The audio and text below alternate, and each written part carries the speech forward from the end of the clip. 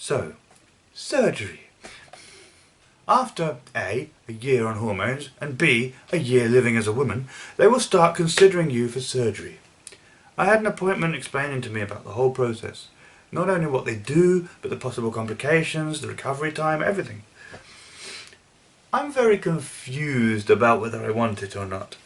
I've often said that if I could wave a magic wand or make a deal with the devil to change sex, then I'd do it. I'd do it yesterday, even if it was a one-time thing with no going back. Fuck it. Give me a vagina.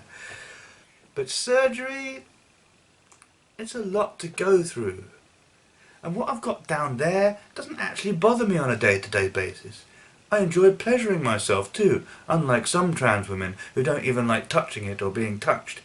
It's when it comes to sex with another person that it becomes awkward and complicated, because I don't like to penetrate people, because I would like to be penetrated in a way that feels genital rather than anal, because I don't like to watch when I'm being sucked.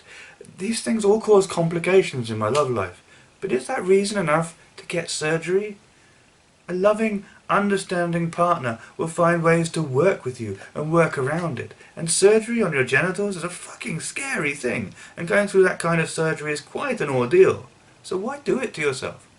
And fuck off with that "you're not really trans then" bullshit. Forget trans and cis for a moment. We should support everyone, no matter who they are, to do whatever they need to feel comfortable in their gender and not put pressure on them to do invasive things that they don't need. So let's approach these issues from that perspective, yeah? Anyway, what does bottom surgery for trans women involve?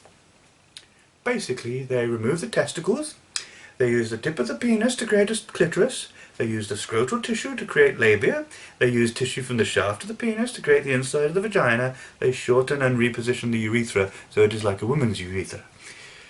It's all designed to mimic what your body would be like if you'd been born with the opposite anatomy.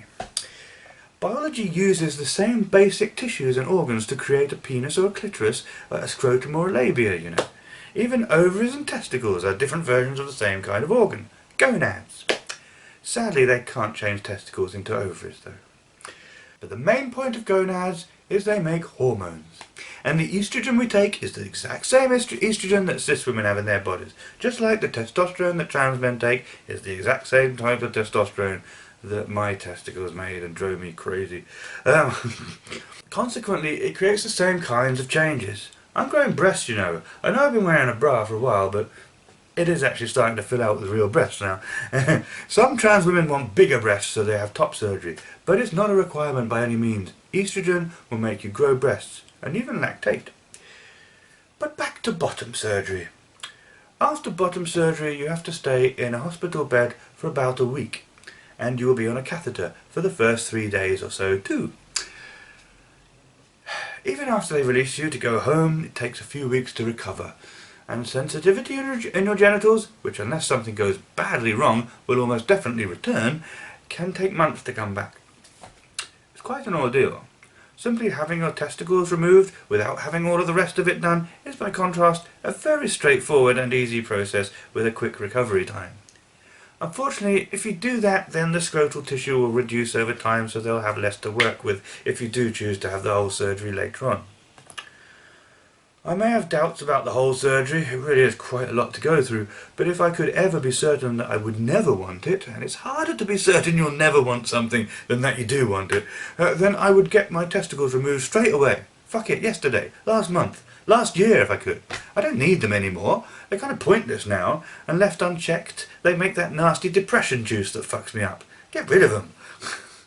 The gender clinic decided I'm not ready for surgery yet.